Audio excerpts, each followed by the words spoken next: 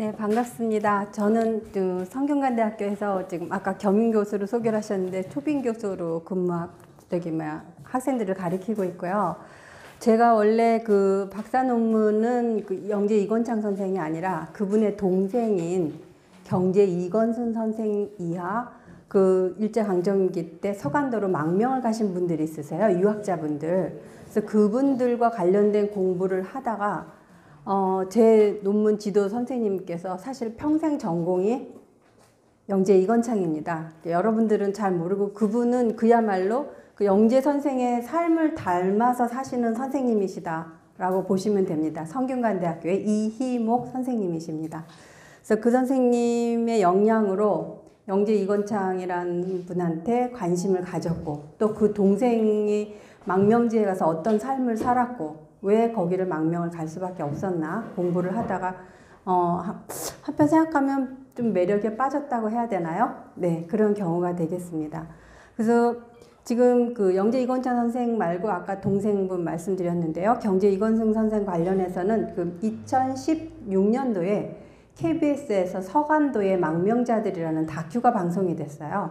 그때 그 다큐를 좀 메인으로 끌고 가면서 KBS 8.15 광복절 특집이었습니다. 그래서 그때 다큐를 찍으면서 여러분이 나오지만 제일 중점에 둔 거는 그때 PD한테 부탁한 건 경제 이건승 선생이었습니다. 네, 그래서 그것 좀 말씀드리고요. 지금은 그 한국학중앙연구원에서 한말 4대가 평전을 지금 집필을 했어요. 3년 동안. 그래서 이제 그때 담당한 인물이 제가 영재 이건창 선생이었고, 예, 그래서 지금 원고는 다 넘겨진 상태인데, 이게 뭐 국가기관이 일이 그렇게 빨리빨리 안 됩니다. 그래서 원래는 올해 연말에 나오게끔 되어 있어야 되는데, 그것이 아마 내년쯤으로 다 넘어가서 아마 내년에는 좀 나올 것 같아요. 네. 그래서 그걸 좀 말씀드리고요. 자, 오늘은 영재 이건창의 삶과 사상에 대해서 사실은 제가 제목을 좀 붙여봤어요. 조선의 마지막 암행어사. 그러니까 보통 이제 한말 4대가의 문장가로는 많이 알려져 있는데 이분이 암행어사였다는 거에 대해서는 그렇게 일반인들도 많이 알려져 있지 않아요. 그래서 그분의 당연히 문장가였기 때문에 문장을 살펴보면서 이분이 어떤 삶을 사셨는지 조금 살펴볼 시간을 갖고자 합니다.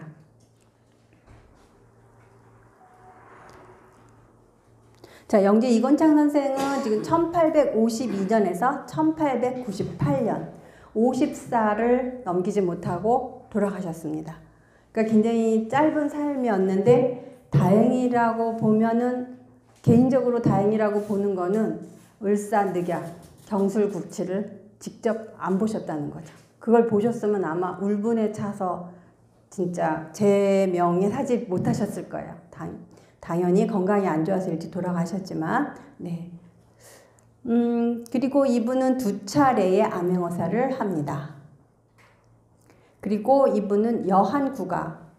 이 여한이라는 것은 고려하고 조선을 이야기를 해요. 그래서 고려가 918년에서 1392년, 그 다음에 조선이 1910년까지니까 거의 약 1000여 년 사이에 문장가 9명을 뽑혔는데 그분 중에 한 분으로 뽑힌 거예요. 그러니까 문장이 대단하다는 건 알 수 있는데 여한 10가에는 나중에 그 여한 국가를 뽑은 창간 김태경 선생이 포함이 됩니다. 그래서 여한 10가가 됐어요. 그래서 이분은 아까 말씀드린 대로 한말 4대 문장가, 그래서 한말 4대가라고 줄여서 얘기를 하는데 이건창, 황현, 김태경, 강의 이렇게 됩니다. 그래서 그 중에 한 분은 매천 황현 선생인데 이분은 생몰년이 1910년입니다. 몰년이. 그래서 경술국치를 당했을 때 나라가 망해가는데 책임을 지는 사람이 아무도 없다. 그래서 관리도 아니었고 전라도 구례의 학자였습니다. 근데 그분이 자결을 합니다. 네, 그러면서 그때 남긴 말이 식자우환. 글을 안다는 것이 근심이다. 차라리 글을 몰랐으면 그냥 넘어갈걸 하고선 자결을 해서 돌아가신 분입니다. 참고로 이분은 영재 이건창 선생을 만나기 위해서 구례에서 배를 타고 강화를 왔다 갔다 하신 분이에요. 그래서 그분하고 이제 관련이 있고, 그 다음에 창간 김태경 선생. 이분은 그 이건창 선생의 문집 명미당집을 중국 남통에서 간행을 합니다. 그래서 다 이건창 선생 중심으로 있고요. 공안당 강의 2부는 그 이건창 선생하고 중국의 연경에 사행을 갈 때 같이 갑니다. 나이 차이가 상당히, 그러니까 고한당 선생하고 이건창 선생하고 나이 차이가 지금 상당하죠. 근데 고한당 선생은 직위가 좀 굉장히 낮은 거예요. 통역관 내지는 이런 수준이었고, 이건창 선생은 문과 급제자인데도 불구하고 그분의 그 글 능력 이런 걸 인정을 했습니다. 그거는 그만큼 이건창 선생께서는 그 열린 사고, 뭐 나는 양반이고 너는 아니고 이런 거에 대해서 사람을 밑으로 내려보거나 이런 일은 전혀 없었습니다. 그래서 이분 지금 한말 4대가는 황현 선생, 김태경 선생, 강희 선생 다 각자지만 그 중심에 이건창 선생이 있는 겁니다. 이렇게 잠깐 보고요. 자, 지금 명미당 집에 가면 저렇게 되어 있어요. 그죠? 초가집이 이렇게 되어 있습니다. 그리고 가면 현판에 옆에 명미당 써 있고 옆에 지금 여기 보시면 매천이라고 써 있어요. 근데 아까 매천 황현이라고 이야기를 했잖아요. 그래서 사람들이 일부 저 현판을 매천 그 황현 선생이 쓴 줄 아는데 저거는 그분이 아니라 호가 같은 매천 이왕제라는 분이 쓰신 글이에요. 그래서 저거는 그 명미당 집을 개보수할 때 그때 현판을 새로 달아서 한 것입니다. 그래서 이거는 오해하시는 분들이 있어서 평전에다도 지금 실어놓은 상태입니다. 자, 이거는 복원전 생가예요. 이거는 아까 이따가 오실 그 영재 이건창 선생의 고손자 되시는 분이 사진을 제공해 준 건데 지금 보면 마당에 식물들이 제법 있죠. 그런데 지금은 가보면 허다무대 잡초도 하나 없어요. 몇 번을 가봤지만 좀 가서 진짜 좀 너무 안타까움 뭐 이런 게 있습니다. 예. 그래서 나중에 혹시 조금 기회가 되면 조금 복원을 좀 비슷하게 이것이 원 본체도 아니었지만 지금 너무 삭막하다. 그걸 찾아간 사람들이 다 실망하는 소리가 너무 많이 들려와요. 네, 그래서 그거 좀 말씀드리고 자, 이건창 선생의 가문은 정종왕의 별자 덕천군파의 후손입니다. 소론의 명문가였는데 그 18세기 중엽 나주 괴서 사건 때 강화로 옮겨와서 세거를 하게 됩니다. 나주 괴서 사건은 그 정치판의 중심들이 다 노론이었어요. 그래서 노론들이 정치를 오래 하면서 너무 이렇게 좀 썩어가고 뭐 이런 것들이 보이니까 소론 쪽에서 그 노론을 제거하기 위해서 이렇게 벽에다가 괴서 사건 내지는 일명 나주 벽서 사건이라고 하는데 벽에다가 이렇게 써서 놓은 거예요. 노론 때문에 뭐가 잘못돼 가고 있다고 썼는데 노론이 무너진 게 아니라 소론이 더 무너지게 된 거예요. 그러다 보니까 많이 이렇게 인명 피해도 나고 그러다 보니까 이제 그걸 피해서 강화로 들어오게 된 거죠. 그래서 그때부터 강화에 들어와서 살기 시작을 했습니다. 관직에 대대로 나가던 집안인데 강화에 들어오면서부터 관직을 나가지 않게 가문에서는 거의 불문율처럼 사실은 됐어요. 그리고 과학은 여러분들이 알다시피 양명학. 이거는 그 양명이라는 호를 가진 왕수인이라는 사람의 그 학문인데 이 학문이 강화에서 뿌리를 내립니다. 그러다 보니까 지금 우리는 강화학이라고도 일명하는데요. 그 양명학이랑 강화학이랑은 뿌리 같아요. 뿌리 같은데 이제 강화 쪽에서는 좀 더 강조를 하다 보니까 강화학파라고 부르기도 하는데 일단 저는 좀 넓게 봐서 양명학으로 갖고 왔습니다. 자, 이분의 5대조 되는 이광명이라는 분이 그 강화에서 그 양명학을 공부하고 계시던 하곡 정대두라는 분의 제자로 들어갔다가 그분한테 학문적으로 또 인품으로 인정을 받아서 손녀사회가 됩니다. 그때부터 이제 집안은 양명학과 일정 관련을 갖게 되면서 이제 가학으로 자리를 잡게 됩니다. 자, 조부 이시원, 숙조부 이지원이라는 분이 계세요. 아까 말씀드렸잖아요. 여기 들어와서 대대로 그 관직에 나가지 않는다. 그러면은 과거 시험을 보지 않잖아요. 지금 옛날 같으면은 양반이 3대째 과거 급제자가 안 나오면 그 집안을 양반 취급을 안 했어요. 이름만 양반.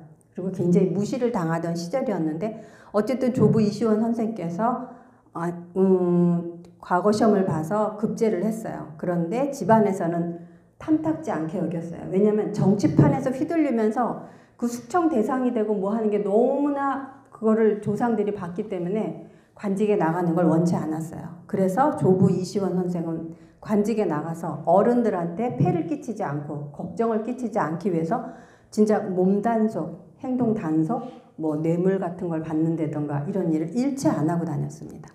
그리고 그 또 한 분 숙조부 이지원, 이분도 뭐 관직에 나갔는데 좀 낮은 관직에 계셨던 분이에요. 근데 1866년에 병인양요가 일어납니다. 병인년, 1866년은 병인년인데 그 해에 이제 프랑스군이 강화를 침략을 해와요. 그래서 그때 이제 강화를 점령을 했는데 강화는 그 나라를 지키는 서해안 쪽을 지키는 요새라고 생각을 했고 그 고려 때도 몽고군이 쳐들어오고 할 때 다 피신을 왕족들이 피신을 해왔던 곳인데 여기가 함락을 당한 거예요. 그럴 때 이시원 조부께서 나는 향대부다. 그러니까 관직에서 물러나서 강화에 살고 있지만 나는 이 강화 섬의 대부다. 그런데 나라가 망하는데 그냥 있을 수는 없다.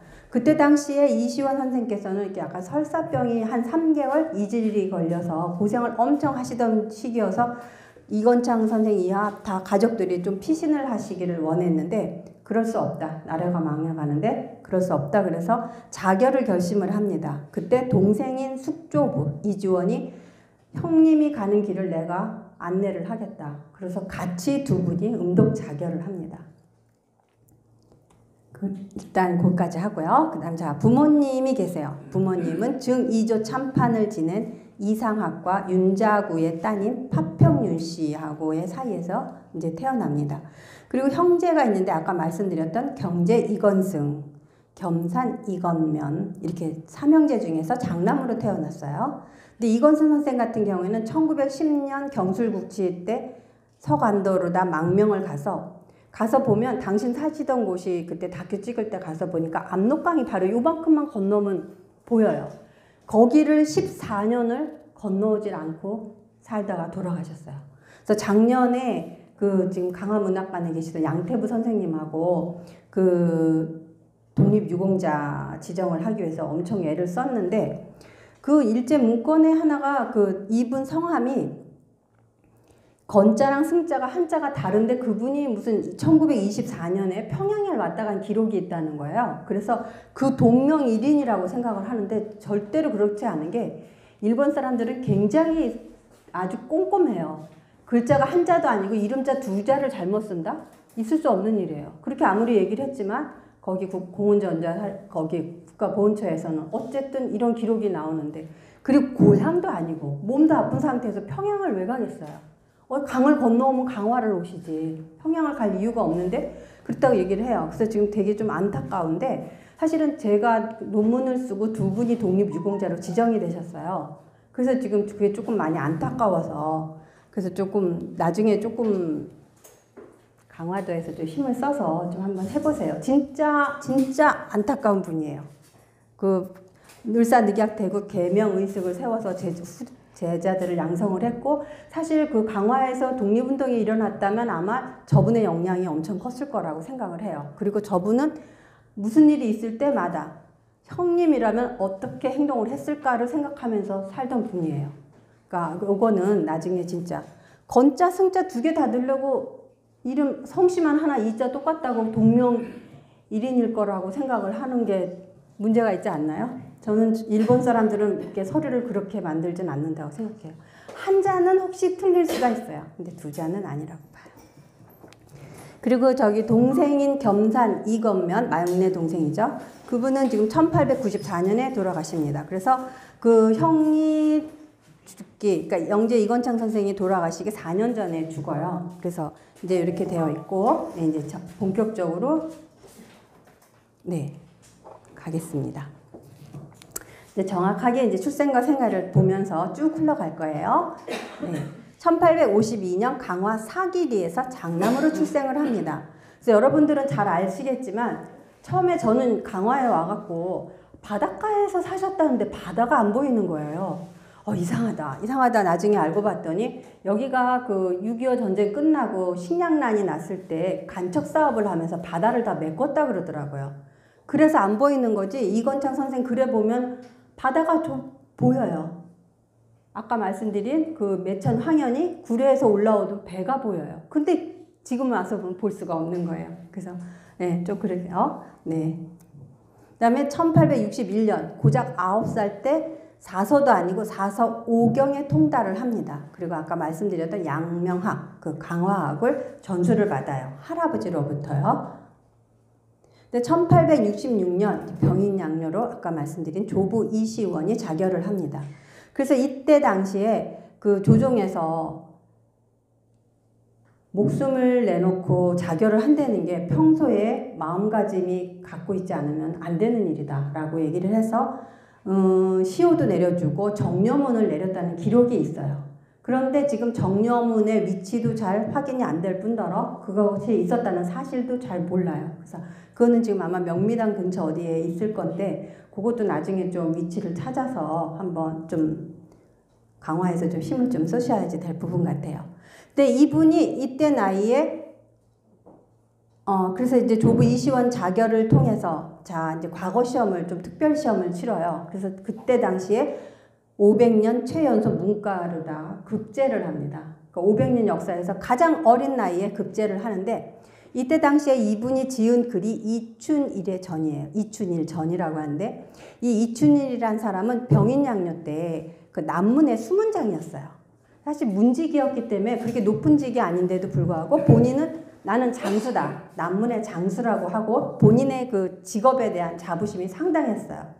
그래서 이제 어쨌든 프랑스 함대가 강화에 도착을 하고 프랑스 군인들이 막 내려서 사람들을 막 유린하고 다니니까 뭐 관리고 누구가 없어요. 도망가느라고 바빴죠. 근데 이 사람은 평상시에 술을 되게 좋아해서 그날도 술을 마시고 문장에 서 있는 거예요. 남문에. 그러고선 하는 얘기가 내가 여기를 지키겠다. 근데 그 옆에 이제 다른 사람들이 야, 너 이러고 있다 죽는다. 그때 당시에 그 문지기들이 입던 옷을 덕을해라 그러는데 그 옷을 막 벗겨놓고 갔는데도 불구하고 그 옷을 입고 있어요. 그래서 프랑스 군이 쳐들어와서 너는 어떤 놈인데 도망도 안 가고 이렇게 있느냐. 그러니까 나는 남문의 장수다. 나를 죽이지 않으면 여길 들어갈 수가 없다. 당연히 프랑스 군한테 죽임을 당했죠. 근데 죽을 때까지 그 프랑스 군인들을 향해서 욕을 했다고 그래요. 그래서 이게 이제 이건창 선생이 글을 남겨놨는데 글을 남긴 이유는 그것이 좀 특별해서라기보다는 일반인들이 그거 뭐 술 취해서 술 기운에 거기 서 있었던 거지. 왜냐하면 저 일르다가 저게 조정에 보고가 돼서 또 정려가 내려지고 굉장히 낮은 관직인데도 불구하고 이제 조금 증직을 해줘서 조금 높은 위치에 되게 돼 있어요. 그러니까 사람들이 저 술 취해서 저렇게 한 거를 나라에서 왜 이렇게 갑을 쳐주는 거야? 나라도 술 취하면 할 수 있어. 막 이런 거예요. 그러니까 이건창 선생 한 생각이 그럼 당신들도 하지. 누가 하지 말라고 말렸느냐? 누가 술 마시지 말고 누가 객기 부리지 말라고 했느냐고 이야기를 한 거예요. 그래서 이제 그걸 쓴 글이 그때 당시에 이춘일의 전입니다. 사실은 문과를 급제를 하면 바로 관직에 나가야 돼요. 우리도 공무원 시험 보고 나면 바로 가서 연수하고 바로 관직을 그러니까 부서를 배치를 받잖아요. 근데 그거가 없었어요. 왜냐하면 너무 어린 나이에 급제를 해서. 그런데 1868년 그로부터 2년 뒤에 가주서라는 관직을 시작으로 이제 관직에 나아갑니다. 근데 이제 들어가서 궁궐에 들어가서 이제 저 위치가 굉장히 그러니까 임금 근처에 있을 수 있는 자리였어요. 가주서라는 자리가.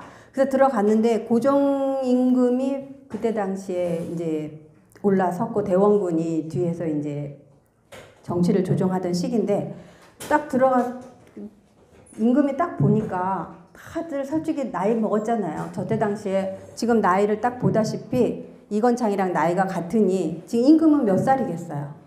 16, 17살이란 말이에요. 그러니까 관료들이 높은 나이도 많고 이런 상태에서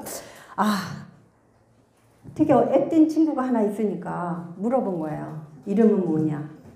이 세종실록에 나오는 글입니다. 조선왕조실록에. 그러니까 뭐 이건창이라고 얘기를 했고 나이가 몇 살이냐? 그러니까 뭐 1852년생이라고 얘기를 하니까 임금이 나랑 나이가 같구나. 그 다음에 그럼 생일이 언제냐? 그랬더니 6월인가로 얘기를 했어요. 그랬더니 임금이 나보다 빠르구나. 2달이 빨랐어요. 네, 그렇게 해서 그 알게 모르게 고종 임금이 이제 지켜보는 이건창 선생을 지켜보는 이제 시간이 시작이 됩니다. 자, 그때 당시에 이제 가주소로 관직 생활을 하기 직전에 과설이라는 글을 지어요. 이 과설은 뭐냐면 잘못에 대한 거예요. 잘못이 있으면 고쳐야 되잖아요. 근데 사람들은 잘못이 있다는 것을 인정도 하지 않고 잘못이 있다는 걸 알아도 고치려고 안 해요.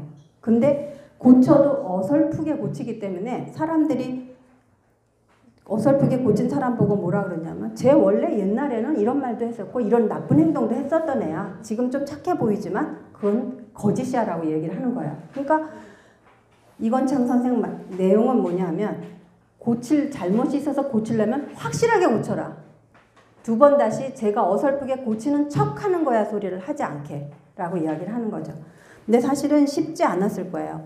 근데 저 과설은 아마 이건창 선생이 당신께서 평생 아마 저걸 바로잡으려고 노력하면서 지은 글인 것 같아요. 네, 그 다음에 1871년에 아주 서울로 이사를 갔습니다. 근데 물론 여기 집은 동생이 살고 있었고 했기 때문에 집을 없앤 건 아니었고요. 왜냐하면 관직 생활을 계속 해야지 되니까 서울로 이사를 했어요.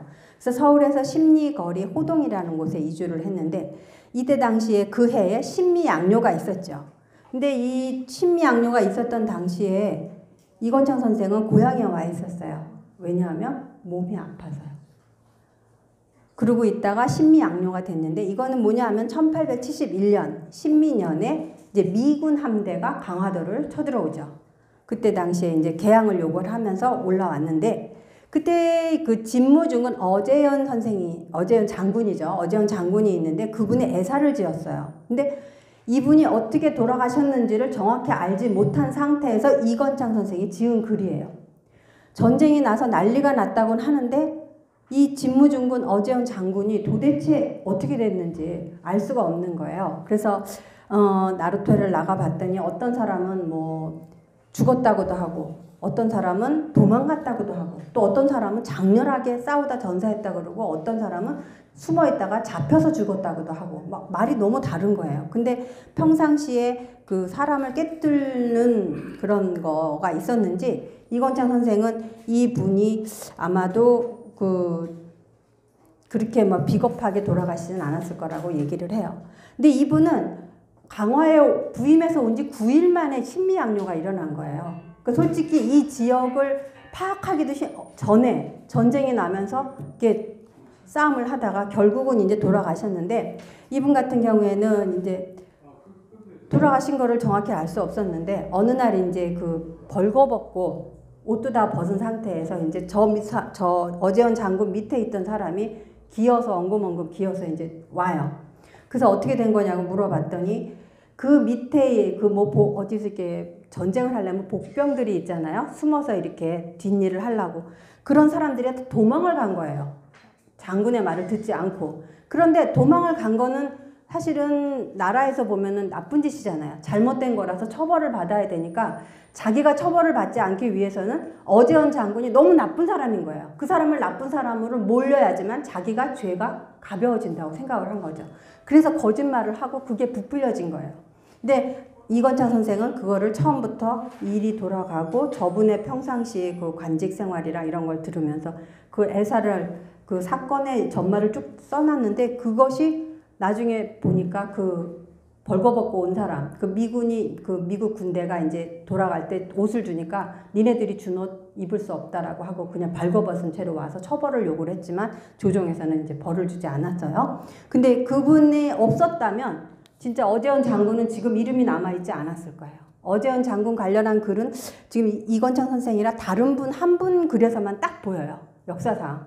그래서 지금 특히나 이건창 선생이 쓴 지금 진무중군 어재현의 애사 여기에 굉장히 상세하게 기록이 돼 있어서 지금 강화에서 그분을 또 좀 기리고 있는 걸로 알고 있습니다. 자, 그 다음에 이제 1873년 부인 달성서 씨의 상을 당합니다.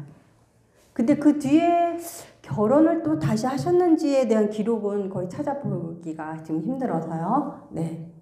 1874년에 암행어사를 선발을 해요. 근데 우리는 보통 암행어사를 선발을 미리 해놓고 일이 생기면 그때 보낸 거예요. 그러니까 일이 생겨서 암행어사를 뽑는 게 아니라 미리 뽑아놓고 일이 생기면 암행어사를 이제 파견을 하는 거죠.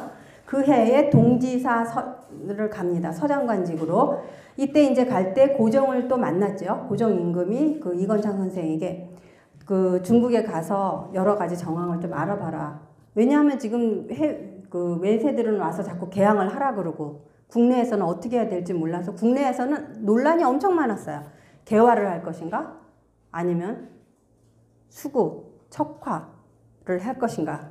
그래서 논란이 많은 상태에서 이건창 선생은 그래도 세계의 중심이 그때까지는 중국이라고 알았으니 중국에 가면 우리가 어떻게 대처해야 될 거를 알 것이다 라고 생각을 해서 굉장히 기대를 갖고 갔어요. 그래서 영경에서 뭐 청나라, 한림명사, 황옥, 장가양, 서부 등과도 교류를 했는데 가서 보니까 중국이 곧 망하게 생긴 거예요. 본인이 기대했던 거랑 너무 달랐던 거죠. 근데 지금 보통 사람들은 그 이건창 선생이 그 할아버지가 지금 병인 양육 때 돌아가셨고 또 본인 자체가 그걸로 봐서는 뭐 개화를 반대했다라는 말들이 있는데 저분은 특이했던 게 개화도 아니었고 척화도 아니었어요. 뭐냐면 개화를 하긴 해야 돼요. 하긴 하는데 우리가 실력을 길러서 우리 힘으로 해야지 뭐 누가 와서 개항을 하자고 해서 거기에 끌려가면 안 된다는 거예요. 근데 뭐 아니면 도 극단적으로 치닫는 좀 그런 게 있죠. 저희 나라 사람들이 좀. 그래서 거기서 있다 보니까 그 이건창 선생의 그 주장을 밀어주는 사람도 많지 않았고 또 그 내 실력을 기르기 위해서는 국가의 실력을 기르기 위해서는 많은 시간이 필요했는데 그거를 기다려줄 만큼 세상이 그렇게 호락지 않았던 거예요. 그래서 어쨌든 이제 그분의 그런 사상은 뭐 위정 척사파 뭐 이거 절대 아닙니다. 그러니까 저분은 실력을 길러서 우리 힘으로 개항을 해야 된다라고 얘기를 한 거예요. 무조건 개항했다가 휩쓸려 다니게 되니까. 그리고 개항을 하되 나라에 도움이 되는 거야지 단발하는 거 갖고 머리 잘라서 뭐 서양 옷 입고 이거 갖고는 안 된다는 거예요. 이거는 유구한 역사니까 지키고 개항을 하더라도 우리나라 국민들을 백성들을 잘 살게 해주는 먹고 사는 일을 해결을 하거나 이런 식으로 해야지 된다고 생각을 했던 거죠.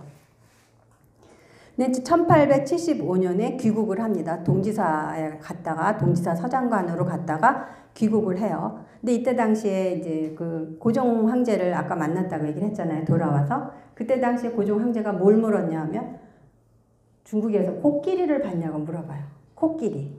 근데 우리나라의 코끼리가 1400년대에 들어왔어요. 400년대 초에 일본에서 선물을 해줬어요. 길들인 코끼리였는데 그 코끼리가 너무 못생긴 데다가 등치도 크고 곡식을 너무 많이 먹는 거예요.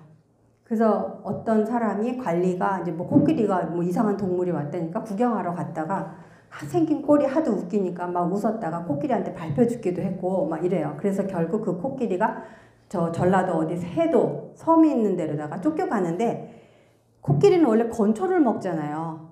건초를 먹는데 거기 섬에 갖다 놓으니 풀들이 마른 풀이 없으니까 애가 비실비실 할 수밖에 없잖아요. 건강이 안 좋아서 눈물을 흘리니까 이제 임금한테 다시 건의를 해요. 이게 코끼리가 너무 슬퍼한다. 그러니까 다시 육지로 데리고 올라오고 뭐 이런 얘기가 있는데 기록에는 코끼리 이야기가 전해지는데 본 적이 없잖아요. 고종 황제가. 그래서 궁금해한 거야. 코끼리가 어떻게 생겼는지. 그래서 이제 그거를 물은 이야기도 있습니다. 자, 일단 1875년에 귀국한 뒤에 부모님이 자꾸 병이 안 좋으니까 사직을 요청을 해요. 근데 허락을 해주지 않습니다. 그 다음에 1876년에 또 다시 사직을 요청을 하지만 허락을 해주지 않아요. 결국 1877년에 가을에 충청 우도, 오늘날에는 그 충청남도라고 보시면 됩니다. 거기 암행어사를 나가게 됩니다. 암행어사는 그 젊은 사람을 내보냈어요. 젊고 굉장히 청렴하고 성격이 강직한 사람을 내보냈어요. 왜냐하면 나이 먹은 사람들은 좀 인맥도 있고 그러다 보면 누가 청탁을 하면 좀 들어주기도 하고 하기 때문에 혈기가 왕성한 젊은 친구들을 내보냈어요. 그래서 거기에 이제 암행어사로 나려가게 됩니다. 이때 1878년에 이제 암행을 나왔다가 돌아와서 그 충청감사, 그때 당시에 나가서 충청감사인 조병식이란 사람이 그 충청도 백성들을 너무 못 살게 굽는 거예요. 가렴주구라는 거는 세금을 너무 많이 걷어서 백성들이 다 죽게 생긴 상태를 가렴주구라고 합니다. 그래서 그때 그것을 보고 지은 시가 있는데 전가 추석이에요. 전가는 당연히 농가이고 추석은 뭐 우리가 알다시피 한가위죠. 지난번에 지낸. 네. 자, 전가 추석은 고작 26살의 나이예요. 그러니까 옛날에는, 오늘날은 지금 26살이면 뭐 대학교 다니고 뭐 할 나이잖아요. 어른들이 볼 땐 되게 어리지만 옛날에는 관직에 나가서 암행어사를 나갔던 나이입니다. 그래서 이때 이제 암행어사로 나가서 작품을 조금 길지만 조금 살펴보겠습니다. 자, 이 전가 추석에 이거는 그 이건창의 대표 작품 중에 하나입니다. 그 서울의 부귀한 자들이 사는 곳엔 사시사철 좋은 명절 많기도 한데 시골에 가난하고 천한 사람들에겐 추석만한 명절이 없다네. 왜냐면 그때가 제일 뭐 더도 말고 덜도 말고 한가위만 같아라라고 얘기를 하잖아요. 네, 그래서 가을 한낮에는 맑은 햇살이 있고 가을 밤에는 밝은 달이 있어. 풍경은 진실로 절로 아름답다만 우리네들 위해 베풀어진 것 아니라네. 자, 여기서의 우리네들은 당연히 시골에 가난하고 천한 사람들이겠죠. 네. 다만 사방들을 보니 좋은 알곡들 정이 실하게 드리웠고 올벼는 이미 타작마당에 올랐으며 콩류는 또 손으로 딴다네. 안뜰에서는 9껍질을 벗기고 뒷동산에서는 밤송이를 따네. 굉장히 평화롭잖아요. 자, 둥근 지화로는 부채질에 나무 등걸이 붉게 타고 밥을 짓고 탕국까지 끓여 대가족이 모두 먹고 마시네. 그야말로 추석날 잔치가 벌어진 거죠. 한바탕 포식으로 의기가 편해지자 잡담이 질펀하게 오가네. 지난해 대흉년에는 거의 죽이고 살리지 않을 것 같더니만 올해 대풍년은 하늘이 진실로 죽이지 않으려 함이네. 그러니까 작년에 대흉년일 때는 모두가 다 죽을 것만 같았는데 올해는 풍년인 거예요. 그래서 하늘이 결국 우리를 꼭 죽이려고 한 건 아니구나. 다행히 살려주는구나 라고 얘기를 한 거예요. 자, 배가 북처럼 불러오지 않음을 하나고 입이 양쪽으로 찢어지지 않음을 하나며 하루 사이에 열흘치 양식을 먹어 치우고도 흔쾌히 식탐 있는 도철에게 보상하려는 뜻이 있네. 그러니까 배가 부른데도 먹고 계속 먹는 거예요. 막. 그런데 그때 이제 동네 어르신 윗자리에 앉아서 불러 떠들지 말라 하시더니 백성들의 삶은 진실로 가난하고 사물의 이치란 흘러 넘침을 꺼리나니 지금 취하고 배부르다고 어제의 배고픔과 목마름을 잊지 말라며 우리네 늙은이 잠옷 많은 일 겪어보니 과식하면 탈이 난다고 하시네. 이거 사실은 이 시는 두 수예요. 그래서 두 수로 다 지어졌는데 그 중에 2수 중 1수입니다. 또 어쨌든 그 추석을 맞이해서 굉장히 풍요로움을 볼 수 있잖아요. 당장. 네, 그렇게 되어 있는데 이제 2수를 보겠습니다. 남쪽 집에선 하얀 막걸리 거르고 북쪽 집에선 누런 송아지 잡는데 잔치한다고요. 오직 서쪽 이웃집에서만은 슬프고 애처롭게 밤새도록 곡을 하네. 곡을 하는 자 누구인지 물어보니 과부가 유복자를 안고서 낭구님 세상에 있을 때는 두 사람이 한 집안을 지키면서 문 앞에 한 구석 떼기 땅으로 해마다 근근히 거친 죽이나마 끓여 먹었건만 지난해 가을 이슬서리에 땅을 쓸어도 채소죽 거리도 없었다네.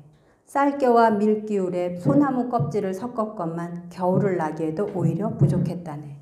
봄이 오면서 부자들에게 벽시를 한 움큼 얻었지만 한 알갱이도 아까워서 먹지 못함은 가지고 있다 밭에 곡식으로 심기 위해서였다네.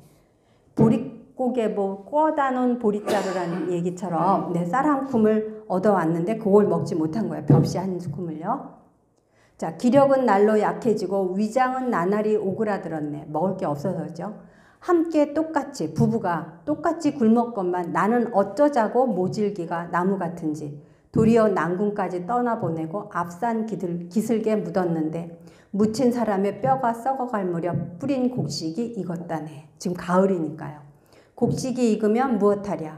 문 닫고 차마 눈으로 보지 못하겠는걸. 곧 난군의 뒤를 따르고자 결심하였건만 배밀이 하는 이 아이를 어찌하랴. 아이는 비록 아버지를 모른다 해도 여전히 난군의 피부치인 것을 아이를 안고 홀령을 향해 말하다가 기절한 지 오래지 않아 갑자기 아전들 문 두드리는 소리에 놀라 깨어나니 새 곡을 내라며 부르짖네. 시는 여기서 끝납니다. 아까 일수가 굉장히 그 평화롭고 즐거운 잔치 분위기였다면 지금 이수는 어떤 유복자를 앓고 있는 그 과부의 말을 빌어서 그 당시에 그 가렴주구가 어떠했는지, 고작 작년에 굶어 죽고 시신도 뼈나 겨우 썩어갈 그 무렵에 아전들 와서 문 두드리는 소리에 깨어났잖아요. 그 세곡을 내라며 세금을 내라고 소리 지르는 거예요. 곡식을 추수를 했으면 그래도 그걸 어느 정도 정리를 하고 한 겨울쯤에나 좀 받으러 다닐 것이지, 바로 그냥 세금을 내라고 이렇게 한 거예요. 자, 그 아까 지금 나온 조병식이라는 분을 좀 잠깐 보자고요. 자, 이건창의 대표 작품 가운데 하나인 위의 시는 충청감사 조병식의 포악한 가렴주구의 행태로 심거워진 농촌 백성들의 삶에 대해 읊은 작품입니다. 그때 암행을 가서 지은 작품들이 여러 개인데 저 작품이 이제 특별히 더 대표작으로 꼽히고 있습니다. 근데 이 조병식이 누구냐면 고부군수, 동학난을 만들게 된 원인자가 된 그 고부군수의 조병갑의 사촌입니다. 그리고 흥선대원군의 오른팔로 알려진 영의정 조두순의 조카입니다. 그러면 그때 당시에 저 조병식의 파워가 어땠을까요? 그런 사람을 이제 탄핵을 합니다.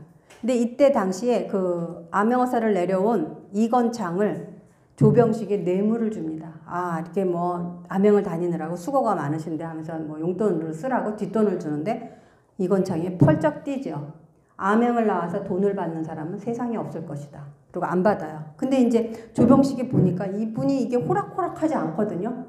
그러니까 꼬셔도 보고 못도 하다가 안 돼요. 어쨌든 이건창은 서울에 올라와서 이 사람이 이렇게 가렴죽을 하고 있다. 처벌을 해야 된다. 라고 얘기를 했죠.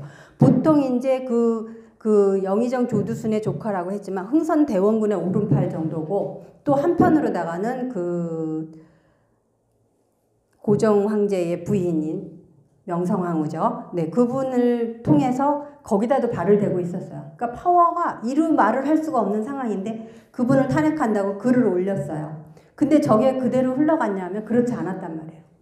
조병식이 서울에 있는 사람들을 시켜갖고 이건창이 조정에다 바친 문서를 바꿉니다. 문구를 바꿔서 이 조병식이라는 사람은 굉장히 훌륭하고 선한 일을 했고 막 이렇게 해서 여론을 만들어요. 그러니까 고정에 보니까 여론하고 네가 써서 올린 글하고 다른 거예요. 그러니까 너 똑바로 조사한 거야 라고 이건창을 추궁을 합니다.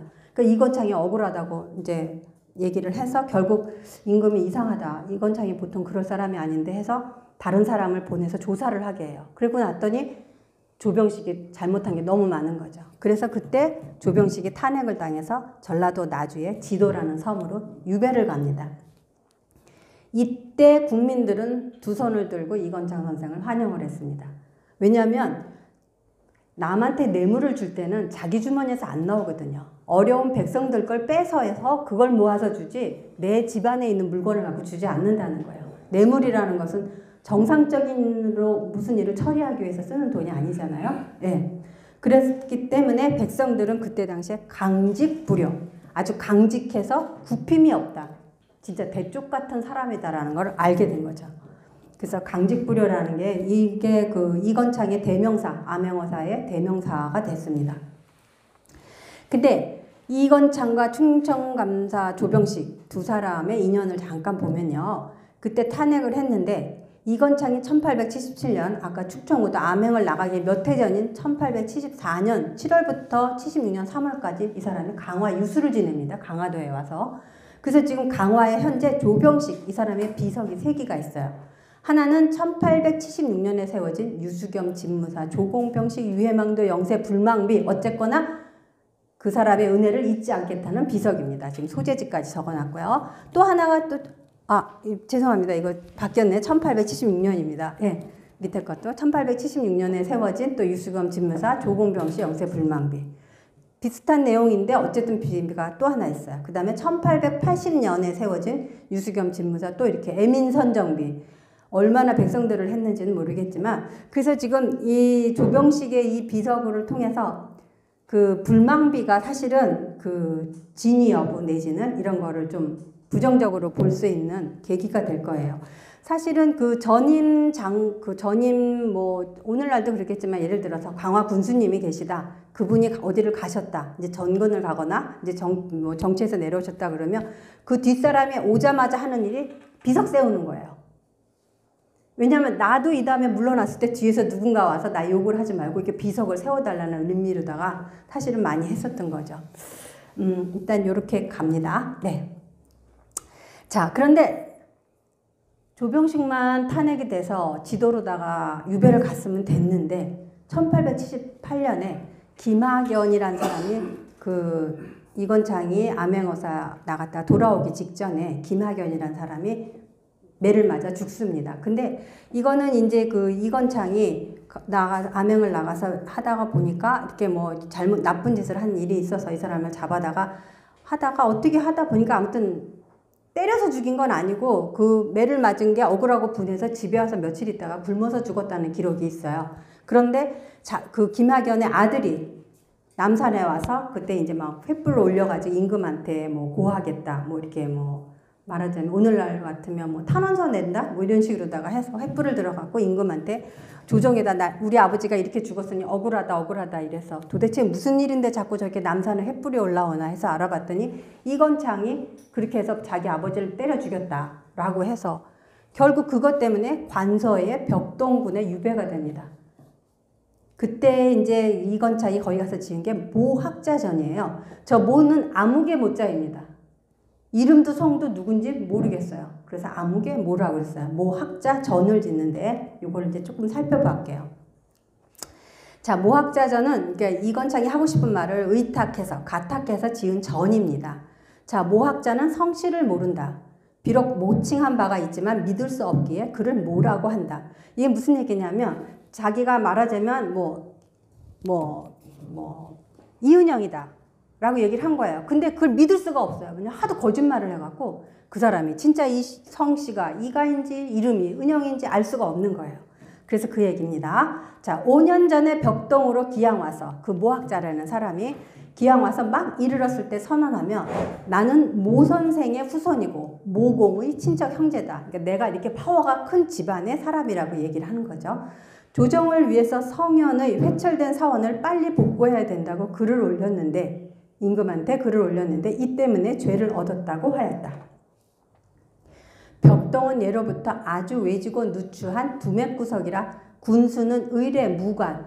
원래 이제 그러니까 좀 이렇게 풍속이 좋은 데는 문관을 보내고 저렇게 가기 힘든 두맥골 저렇게는 그런 데는 무관들을 보냈어요. 그러다 보니까 풍속을 다스릴 만한 그런 것들이 없었던 거죠. 그래서 그 얘기입니다. 자, 누추한 두맥구석이라 군수는 의례 무관이었는데 좌천되어 온 자들이었다. 그것도 또 그냥 온 게 아니라 좌천이 돼서 온 거예요. 또 사방에 물의 배가 많고 선비가 드물었다. 모학자가 왔다는 소문을 듣고서 누구나 공경했으며 군수 또한 그 아까 모칭한 집안의 그 위세를 두려워하여 바로 가서 아련하였는데 예를 집한 게 아주 매우 경건하였고 그를 위해서 숙소까지 마련해주고 편하게 이바지할 것을 세밀하게 준비해줬습니다. 그러자 온 고을 사람들이 모두 모학자 그 사람한테는 개인적으로 난 욕이 되겠지만 우리 고을로는 참 다행스러운 일이다 라고 얘기를 했어요. 유자, 그래도 뭐 글이라도 조금 읽었다는 사람들은 더 급급해서 모두 그 사람한테 줄 뭐 예물이나 패백 같은 걸 갖추고서 모학자를 아련하여 오직 그 사람을 만나지 못하게 될까, 그 사람이 안 만나겠다고 거절할까봐 두려워했어요. 근데 모학자는 아주 용모가 매우 단아하고 단장을 잘했어요. 그래서 종일 옷차림도 반듯하게 정제하고 앉아서 망령되게 뭐 장난말을 한다든가 뭐 함부로 막 웃거나 하지 않고 늘 독서를 즐겨하고 그 사람들과 이야기를 나눌 때는 반드시 정자주자, 그러니까 공자왈 맹자왈 했다는 얘기죠. 그래서 여러 선생들의 언론을 들먹였어요. 또 해설을 아주 정교하게, 글씨도 아주 굉장히 잘 썼던 거죠. 그래서 누구나 다 사람들이 정말 학자다운 학자구나라고 생각을 했어요. 일찍이 스스로 말하기를 원래 어려서부터 학문의 뜻을 두어서 과거 시험을 보지 않고 집에서 어머니를 봉양하면서 세상의 명예나 벼슬을 뜬구름처럼 보았는데 지금 불행히도 이런 이 지경에 이르렀으니 운명이라고 하였어요. 그래서 그걸 듣는 자들이 더욱 감탄하면서 야 정말 참된 학자다 라고 아주 존경에 맞이 않았죠.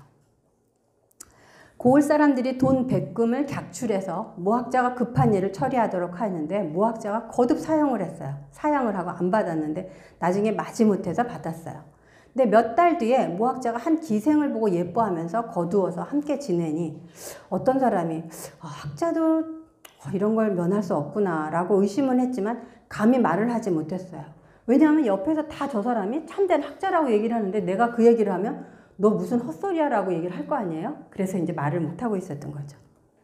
근데 한참 뒤에 읍에 송사가 발생을 했는데 모학자가 몰래 부정직한 사람의 돈을 받고 그를 위해서 군수에게 강권을 해요. 그건 뭐냐면 자, 이 사람 재판 좀 봐주십시오. 뒷돈을 받고선.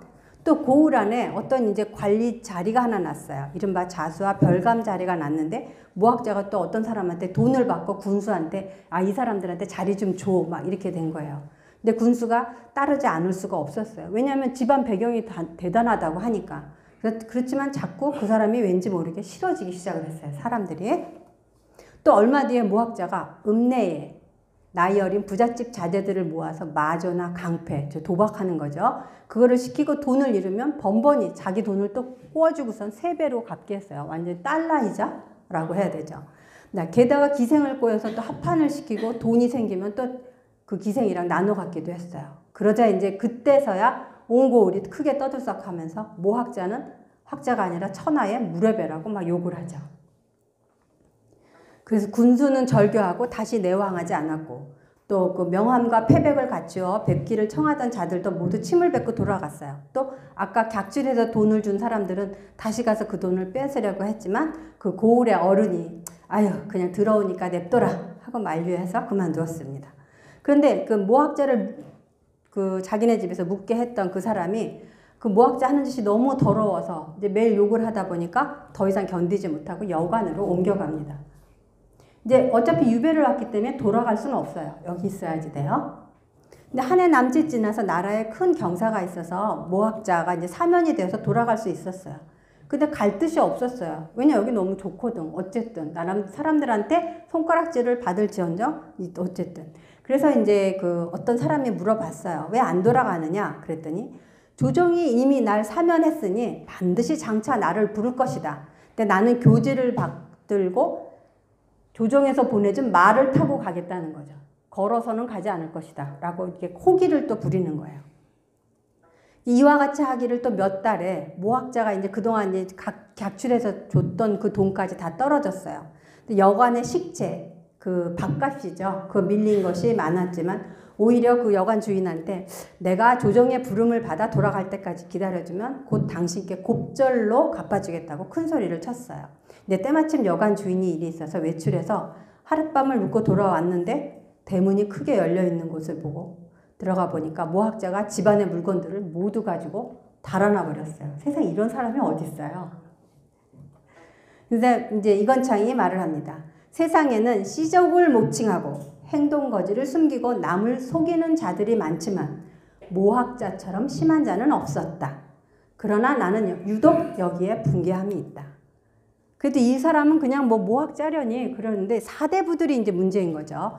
양반이라고 하는 사대부들이 안으로는 문벌에 기대고 아하 나는 무슨 노론 집안의 누구 자손이다 뭐 하고 그 독소하고 도덕을 말하고 하면서 출처가 밝아서 그러니까 뭐 아무개 집안의 누구 자식이다 딱 다 아는데 아주 점잖은 척 아주 젠틀한 척 그렇게 행동을 하고 행동거지를 숨김이 없는 자일지라도 이름이 조금씩 유명해졌을 때는 그 뭔가 이익이 생기거나 하면 거기에 끌려간다는 거죠. 그래서 그를 유혹하며 어느 날 옳지 않은 일이 털끝만큼이라도 있게 되면 그러니까 가문에도 누가 되고 본인한테도 누가 된다는 걸 생각해야 되는데 그걸 하지 않는 거예요. 뒷일은 뒷일인 거예요. 부끄러워하고 두려워할 그럴 게 전혀 없었던 거죠. 그래서 날마다 조금씩 그 속에 빠져들어가서 드디어 하류가 되어버리면 지난날 했던 그 바른 행동거지였고 나는 아무개 집 후손이었고 나는 뭐 과거급제를 문과급제를 뭐 몇 살에 했고 뭐 이런 게 다 남을 속이는 행위였을 뿐이라는 거죠. 그래서 모학자는 한 무례자일 뿐이다. 달아났으니 이제 그만이지만 달아나지도 않는 그 사대부, 조정에서 관리를 하고 있는 그 사대부, 양반 임내하는 그 사람들을 어떻게 해야 되느냐고 한탄을 한 것입니다. 자, 그때 당시에 저런 글을 쓴 거를 보면 저분도 사실은 양반이잖아요. 근데 저분의 머릿속에는 그렇게 뭐 그야말로 국가에 도움이 되고 백성들을 어떻게 하면 좀 도움을 될까를 생각을 했던 거지, 내가 출세를 해서 어딜 가겠다고 생각을 한 사람이 아니에요. 자, 벽동은 어디냐면 평안북도에 있습니다. 여기 지금 보이시는지 모르겠지만 여기가 벽동이에요. 여기가 창성입니다. 우리 벽창우라 그러죠? 벽창호가 아니고 벽창우인데요. 벽동과 창성에는 소들이 너무 억세갖고 말을 잘 안 듣는데요. 그래서 그때부터 벽창우라고 하면 벽동과 창성. 여기 지금 보시면 여기가 압록강이에요. 압록강.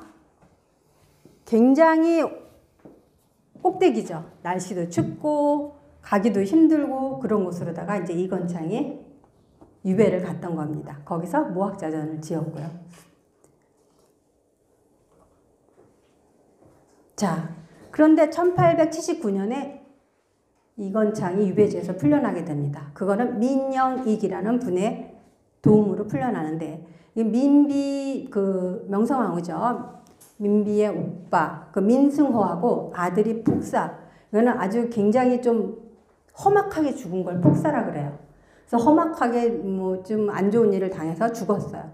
그러다 보니까 그 민비 입장에서, 명성황후 입장에서는 아버지 제사를 지내줄 사람이 없잖아요. 오빠도 죽고 그 아들도 죽고 나니까. 그래서 민승호 그 오빠의 양자로다가 민영익을 드립니다. 그러다 보니까 자, 내 아버지의 제사를 지내줄 민영익에 대한 민비의 총애가 엄청났습니다. 그래서 요구를 합니다.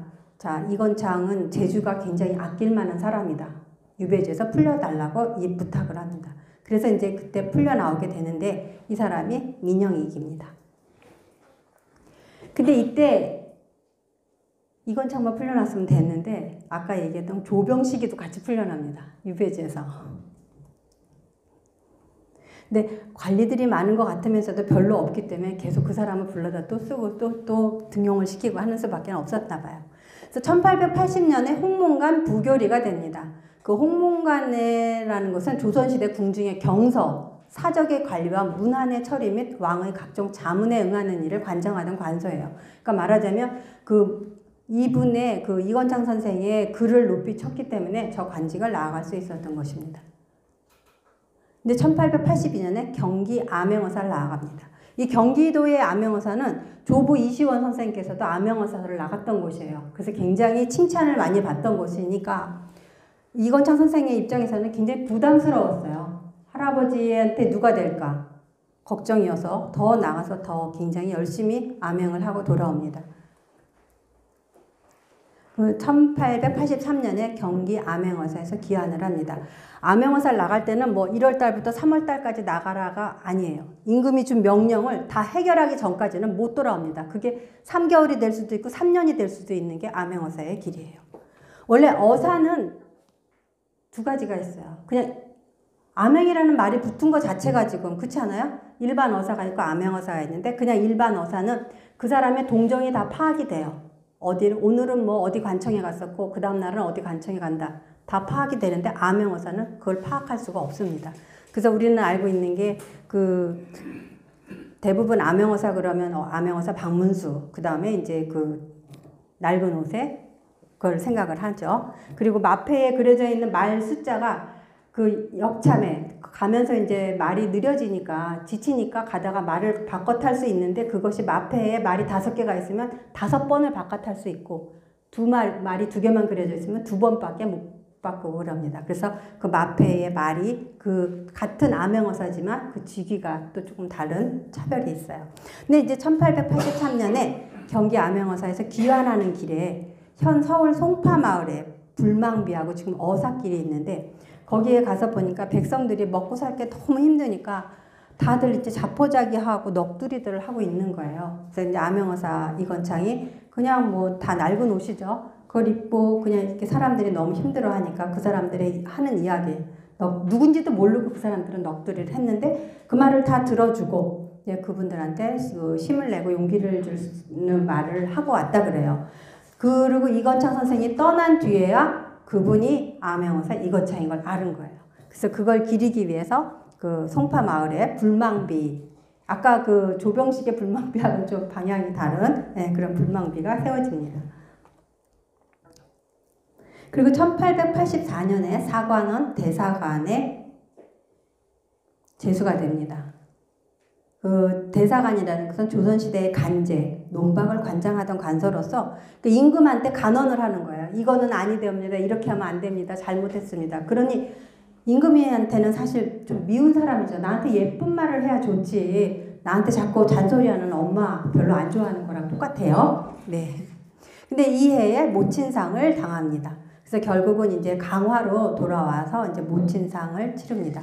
이것이 아까 말씀드렸던 행어사, 이공건창, 영세, 불망비입니다. 지금 있어요. 송파근린공원에 가면 거기에 이렇게 되어 있습니다.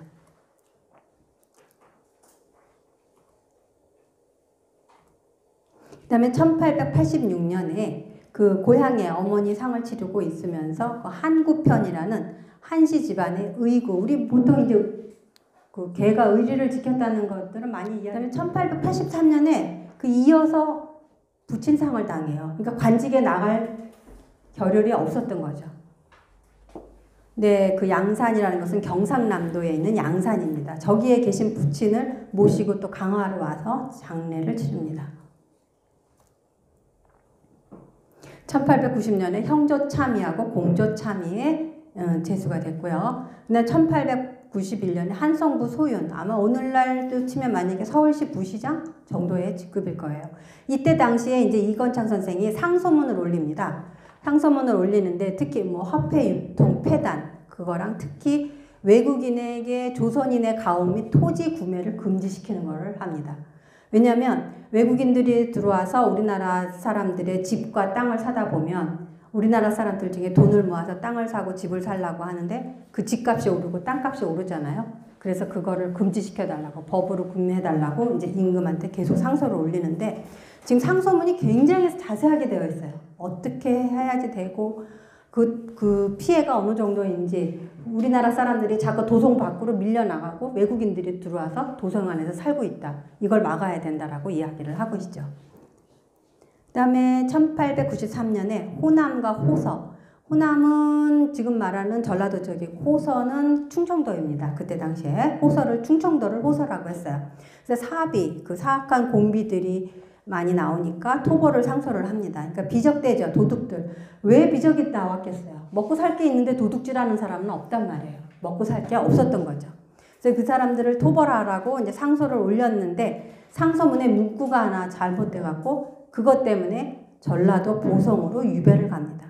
근데 이 유배지에서 누굴 만나냐면 수파 안효제라는 분을 만나는데 이 수파 안효제는 아까 이야기했던 동생 경제 이건승 선생하고 서안도에서 망명지에서 만나서 같이 거기서 유배 생활을 했던 분인데 그 아주 강직하고 꼿꼿하기로 유명한 분이에요. 그러니까 영재 이건창 선생도 생전에는 아마 뭐 글쎄요 궁궐에서 왔다 갔다 하다가 잠시 봤을지 몰라도 그렇게 막 계파가 달랐기 때문에 학파가 다르고 했기 때문에 노론, 소론 뭐 막 이런 게 달라서 이렇게 교유가 깊었던 분은 아니에요.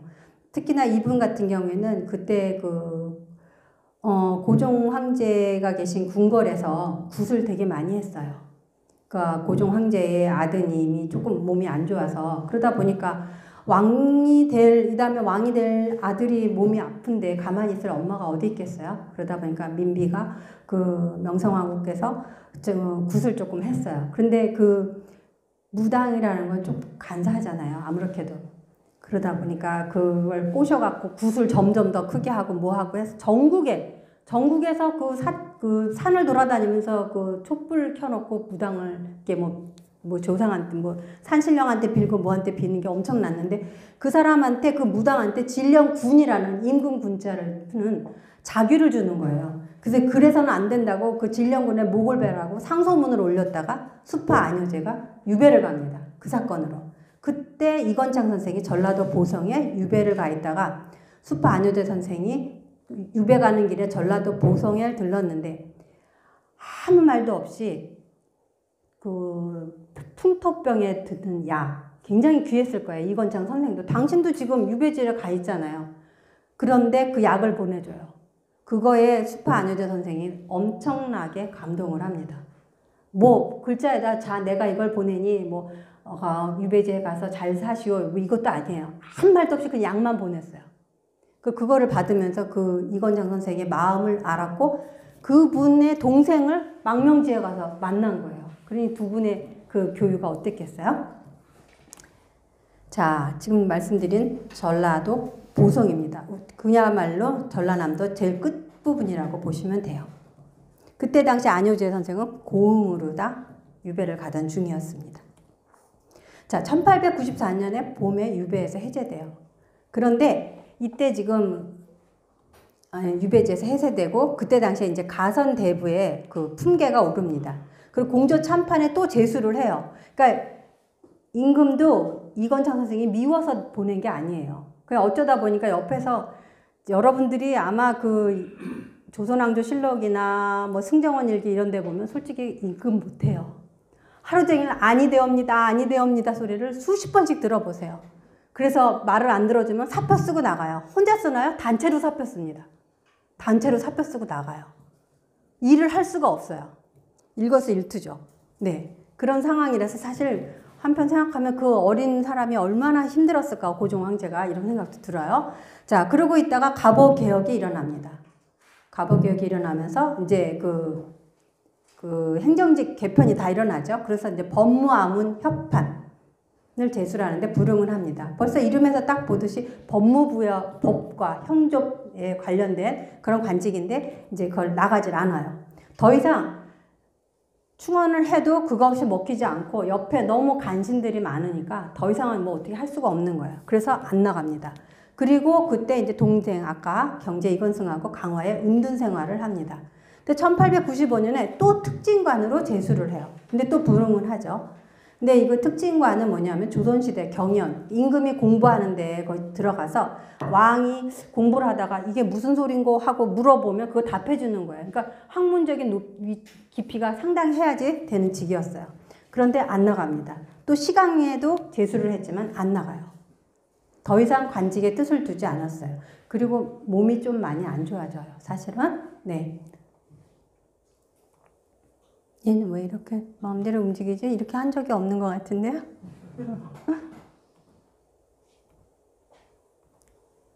자, 그런데 1895년에 나라에서 해주부 관찰사에 제수를 합니다. 첫 번째 가라 그러니까 안 가요. 두 번째 가라 그래도 안 가요.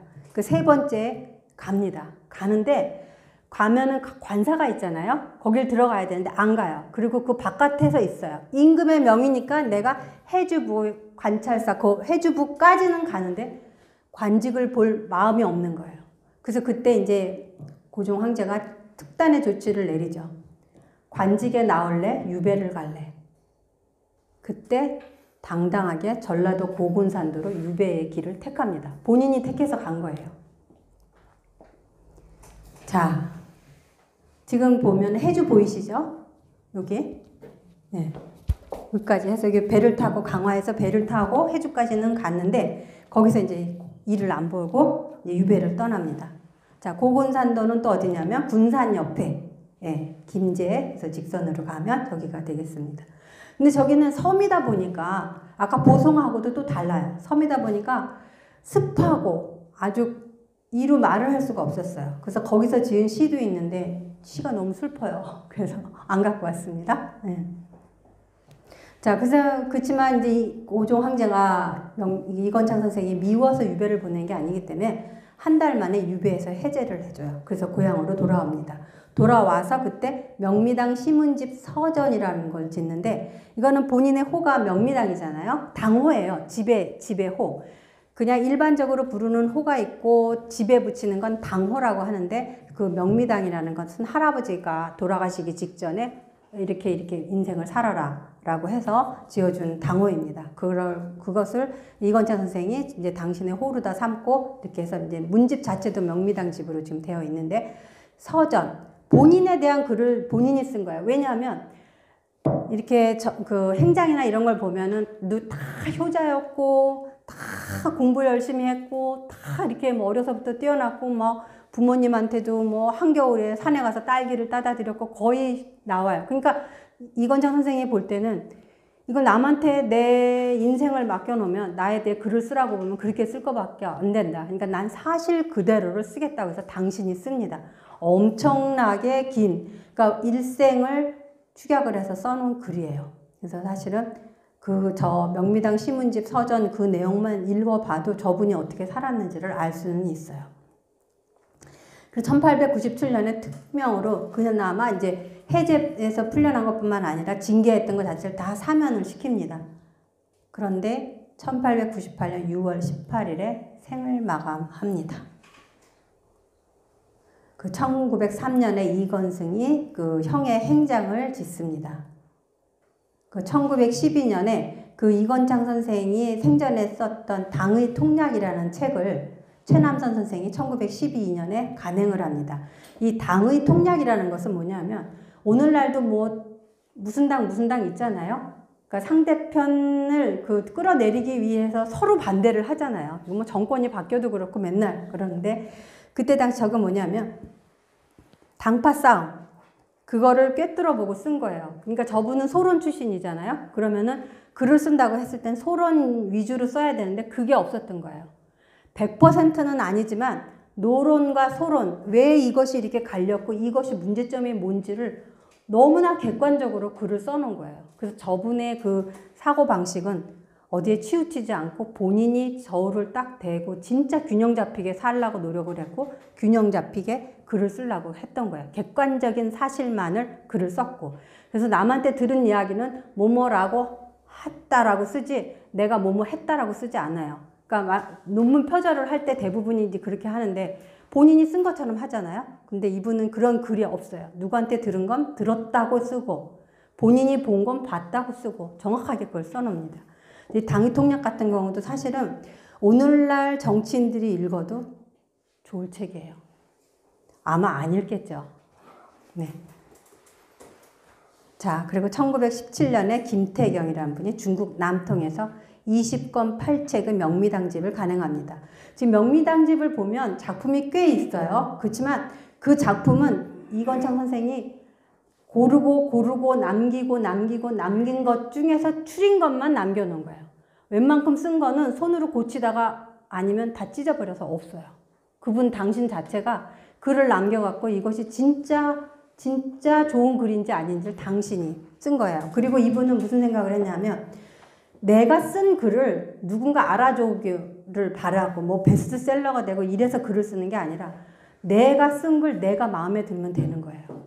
내가 정직하게 썼고 내가 이 작품을 보고 내가 이해를 하고 내가 마음에 들면 되는 거예요. 왜냐하면 자기 작품에 대한 자부심은 상당했어요. 다른 면에서 굉장히 겸손했지만 이 작품을 제대로 이해할 사람이 없는 거예요. 솔직히 뭐 나보기가 역겨워 가실 때에는 죽어도 아니 눈물 흘려오리다. 그 시를 김소월 선생이 쓰셨지만 풀이하는 사람에 따라 다 다르잖아요. 김소월 선생이 어떤 뜻에서 썼는지는 그분뿐이 모르잖아요. 근데 우리는 대충 이렇게 했을 것이다. 그분이 이런 상황에서 아마 이렇게 썼을 것이라고 추론을 하고 그거를 공부를 하지만 정확히는 모른다는 거죠. 그러니까 이분은 내 글은 나만 안다. 그러니까 내 마음에 들면 되지 남한테 보여주기 위해서 남이 내 글을 이해해달라고 그렇게 글을 쓰지 않았다는 거예요. 자, 1925년에 대홍수 때 아까 보여드렸던 불망비가 유실이 돼요. 어디로 갔어요. 근데 그거를 1979년 향토 사학자가 발견을 합니다. 그래서 그때 처음에 아마 있었던 그 송파 근린공원이란 공원인데 거기다가 다시 갖다 놓게 됩니다. 그래서 2018년에 성균관대학교에서 그동안 이건창 전집은 있었는데 여기저기 흩어져 있던 그 단편들도 있었어요. 그걸 모두 다 합쳐서 문집 간행을 엄청나게 두꺼운 책으로 다 간행을 했습니다. 그래서 거기 아마 총망라되어 있다고 보시면 되겠습니다.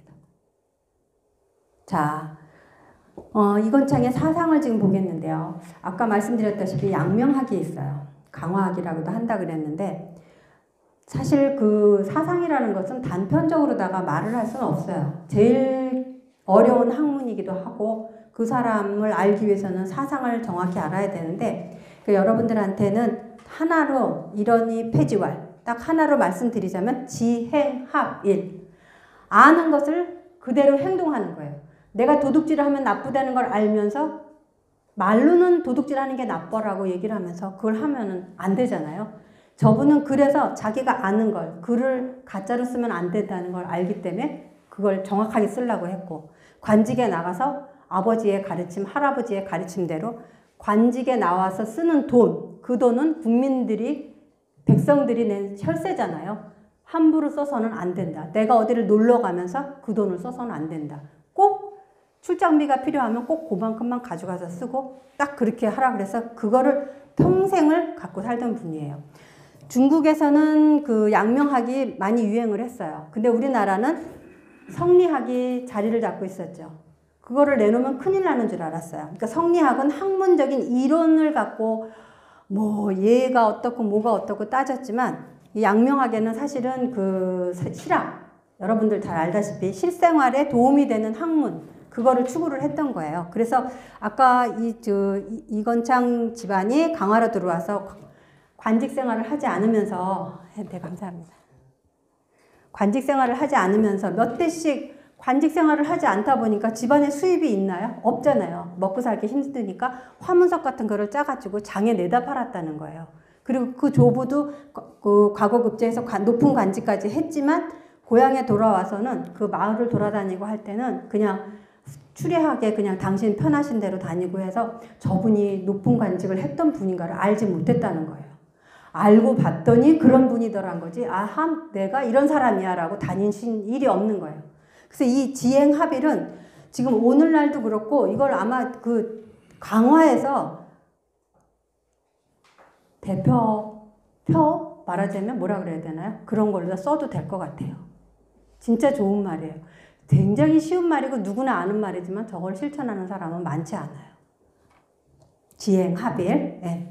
그거를 해두면, 자, 그러면 이 지행합일을 하는 양명학, 여기에 당연히 동생인 이건승 선생, 제종제 이건방이라는 분이 있어요. 그 동생 이건승은 아까 말씀드렸다시피 서간도로 망명을 갔는데 그 밑에 있는 정원아 홍승헌 이 두 분은 영재 이건창 선생과 관직에도 같이 나갔고 그 나라에다 상소문 올릴 때도 같이 올리고 이러던 분들이에요. 그런데 지금 정원아 선생이나 홍승헌 선생도 되게 높은 벼슬을 했는데 저 두 분이 동생 이건승이랑 서간도로 망명을 갑니다. 그리고 문집이 지금 하나도 안 남아있어요. 지금 이건창 선생 문집도 지금 일부분 번역들은 되고 있지만 전체 번역은 안 되어 있고 동생 그 이건승 선생 문집이 경제집이 있지만 그것도 지금 뭐 번역은 고사하고 거의 연구도 지금 거의 저랑 한 몇 명 정도 몇 분 정도 있는 정도고요. 그런데 정원아 선생과 홍승헌, 이건승 선생은 양명학자잖아요. 서간도에 가서 망명지에서 거기서 생을 마친 분들은 희한하리 많고 양명학자들이라는 거예요.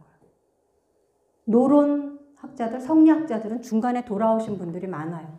그것도 좀 한편 생각해보면 이것은 양명학에서 그 나라를 한번 떠나왔고 내가 입에서 뱉은 말은 지켜야지 된다는 그게 본인들이 실천을 했다라고 보면 되는 거죠. 그리고 또 이상설이라는 분이 계신데 이분도 양명학자예요. 이분은 영재 이건창 선생을 굉장히 흠모했던 분이에요. 학문적으로 양명학 책을 보면서. 박은식 선생도 양명학자입니다. 이분이 한국 통사를 짓죠. 망명지에서 한국 통사를 집니다. 나라가 망해갈 때는 그 역사에 대한 관심이 높아져요. 왜냐하면 찬란했던 우리 역사를 사람들한테 소개해줘야지 되고 그래야지 나라를 되찾아야 되겠다는 생각들을 갖기 때문에 네, 그런 일환으로다가 박은식 선생은 한국 통사도 짓고 하는데 그분도 양명학자예요. 근데 이분은 공부는 양명학과 관련된 공부는 일본에서 하셨어요. 일본에서 양명학을 하고 이렇게 되어 있습니다. 그래서 조선시대에 성리학이 빨리 손을 놓고 양명학, 강화학이 나라를 좀 학문적으로 지배를 했다면 나라가 조금은 더 편안하게 더 오래 유지가 됐을 거라는 이야기들이 굉장히 많습니다. 근데 일단 학문적으로다가 자기네들이 기득권을 갖고 있으니까 양명학은 배척을 해야죠. 근데 너무 재밌는 건 뭐냐면 그 성리학자들 중에서도 이걸 배척하기 위해서 이걸 공부를 해야 될 거 아니에요. 무조건 양명학이니까 나빠가 아니라 도대체 어떤 학문인지를 알아야 성리학하고 비교를 해서 배척을 한단 말이에요. 그런데 성리학자들 중에서도 양명학을 지지를 하면서도 그 자기네들 부류에서 밀려날까봐 목소리를 못 낸 사람들이 있습니다. 그게 본인들 글에만 남아있어요. 그래서 그때 당시에 사실 조금 저변을 확대했더라면 정말 좋았을 학문이 양명학이다. 자, 그것의 뿌리가 우리나라에는 강화다. 자부심 가지셔도 됩니다. 자, 매천황현 당연히 이건창 선생과 교류를 하면서 양명학과 관련을 해서 일정 부분 영향을 받았고요. 매천황현 선생의 동생도 마찬가지고 창간 김태경 선생도 당연히 영향을 받았고 호안당 강희 선생도 나이는 많았지만 이건창 선생이 당신을 나이가 많은데도 불구하고 또 아니 나이는 나이지만 그 관직이 되게 낮은데도 불구하고 이렇게 시선생, 자신에게 시를 가르쳐줬다고 이야기를 하는 시선생이라고 호안당 강희 선생을 추켜 세워줬기 때문에 그 호안당 강희 선생은 그 사실 양반 계층에서 들어가서 같이 움직일 수 있는 상황은 아니었는데도 거기서 부류에서 일을 같이 활동을 할 수 있게 도와준 게 이건창 선생입니다. 또 창간 김태경 선생도 사실 집안은 개성에서 장사를 하던 집안이에요. 근데도 전혀 사람에 대한 차별이 없었던 거죠. 그 사람의 학문이 높으면 인정을 해주고 벗으로 생각하고 스승으로 생각을 했던 거예요. 또 이제 이하당 이중하라는 분이 있고 치제 이범세라는 분들이 계십니다. 이분들도 갑자기 생각이 안 나네. 좀부터 말씀드릴게요. 자, 이분들은 지금 이하당 이중하라는 분은 누구냐면 그 청나라 때 청나라하고 조선이랑 그 국경 문제로다가 외교 문제가 터졌을 때 그 고종의 명을 받들고 백두산해를 현직 관리인데 불구하고 2번이나 백두산해를 올라갔던 분이에요. 그분이 뭐라 그랬냐면 내 머리는 자를 수 있을지언정 내 국토는 줄일 수 없다. 청나라에서 이제 말도 안 되게 여기는 우리 땅이다 하니까 그때 그 얘기를 했던 분입니다. 그 치제 이범세라는 분은 이회영 선생, 이시영 선생이랑 같이 법도 공부하고 영어도 공부하던 분이에요. 저분이 그 당시에 기차를 타고 다니면서 외국인들을 만나면 영어로 소통을 할 수 있을 정도라고 얘기를 해요. 그러니까 그때 당시에 그 이상설 선생이, 부제 이상설 선생이 누구죠? 이준 열사하고 같이 어디죠? 잠깐. 네. 해그 거기에 밀사를 갈 때 사실은 이상설 선생이 제일 윗자리였어요. 근데 이준 선생이 돌아가시는 바람에 우리는 이준 선생을 주로 기억을 하고 이상설 선생을 잘 놓치는데 이분이 그를 가게 된 거는 영어 때문이었어요. 영어, 법학, 일본어, 뭐 수학적인 것까지 책도 남긴 것들이 있고 한데 엄청납니다. 학문적으로. 이런 분들이 다 이건창 선생의 그 영향을 받아서 다 살았던 분들이에요. 이중하 선생 같은 경우에는 이건창 선생보다 몇 살이 좀 위였고 치제 이범세 선생도 최연소 급제자는 이건창 선생인데 이건창 선생이 아까 관직이 좀 늦게 나갔다 그랬잖아요. 2년 정도 뒤에. 그런데 치제 이범세 선생도 어린 나이에 됐는데 관직에는 이건창 선생보다 1살 먼저 나갔어요. 그래서 이제 두 집안에서는 뭐 누가 먼저다 뭐 이런 얘기도 하기도 하는데 아무튼 그 동생 이건승 경제 이건승 선생은 망명지에서도 치제 이범세 선생한테 편지를 보내고 해서 공부를 시킵니다. 공부를 해야 돼. 나라를 바로잡을 수 있다라고 이야기를 하고 그렇게 합니다. 그래서 이런 사상이 지행합일이라는 것이 쉽지만 정말 힘든 학문이다. 뭐 깊이 들어가자 그러면 뭐 양명학은 엄청 철학적인 분야라서 힘들긴 한데 여러분들이 저것만 하나 기억을 하고 그대로만 좀 살아줘도 진짜 강화는 사람이 살기 제일 좋은 때가 되지 않을까 이런 생각을 합니다. 자, 제가 지금 이제 강의 마무리 갈게요. 지금 영재 이건창 선생을 중심으로 한 미래 강화도 지난번에 강화문학관에서 강의할 때도 얘기를 했는데 여기는 조선의 마지막 암행어사의 고장입니다. 이 마지막이라는 것은 진짜 끝의 마지막이 아니라 암행어사라는 그 이름에 걸맞는 행동을 한 것의 마지막이라는 의미예요. 그랬을 때 조선의 마지막 암행어사의 고장이다. 그걸 봐서 암행어사 행차라든가 백일장 같은 것도 열어볼 수 있고요. 그 다음에 지금 명미당에 가보면 아무것도 없습니다. 그런데 이건창 선생이나 이건승 선생 문집에 보면은 매화가 그 집에 있었던 글이 나와요. 매화가 매화가. 그러면 매화를 보러 지금 서울 사람들이 어디까지 가요? 전라도까지 내려가잖아요. 강화에다가 심어서 조금 한 10년 정도만 길을 들여놓으면 일로 올 거 아니에요. 그 멀리까지 안 가도. 그거를 좀 장기적으로 보고 조금 투자를 하시면 좋을 것 같아요. 그 다음에 이건장 생관 아까 말씀드렸다시피 화단을 좀 조성해 놓고 친필 복사본을 좀 갖다 놓고 이렇게 조금 해서 사람들이 거기 갔을 때 아 이런 것도 있구나 하면 보고 와야지. 가서 보면 정말 방 요만한 거 명미나 현판 하나 뭐 부엌 그냥 아무것도 없어요. 우물? 그것도 가면 아무것도 없고 아까 말씀드렸다시피 풀 한 폭에 잡초 하나가 없어서 너무 삭막하다. 그걸 조금 좀 손을 보시고 그다음에 이건창 묘소 가보면 비서가 없습니다. 네. 그리고 문화재청 가니까 그때 이시원 선생의 묘소를 갖다 이건창 선생의 묘소라고 해놔서 제가 전화를 해서 바로 잡아놨습니다. 잘못된 거라고. 자, 그리고 광성부 앞바다의 어재현 장군 아까 말씀드렸던 그거, 그 다음에 강화산성 남문의 이일천 수문장 아까 말씀드렸던 거, 그 다음에 이건창 선생이 살아서 생전에 이건수 선생도 마찬가지고 다니셨던 정수사 이런 데를 이렇게 약간 좀 이렇게 뭐 문학기행처럼 해서 강화해서 좀 하면 어떨까. 근데 조병식 불망비도 가서 한번 같이 보는 것도 나쁘진 않을 것 같습니다. 그리고 송파구하고 자매결연 맺으면 좋았을 걸 했는데 이미 강남구하고 자매결연이 맺어져 있다 그러더라고요. 네, 그래서 그건 좀 저기 하고. 자, 양명학파의 문집 번역 사업. 명미당 집은 지금 일부씩 조금씩 번역은 되고 있지만 아직도 멀었고 경제집은 뭐 당연히 시작도 안 돼 있고요.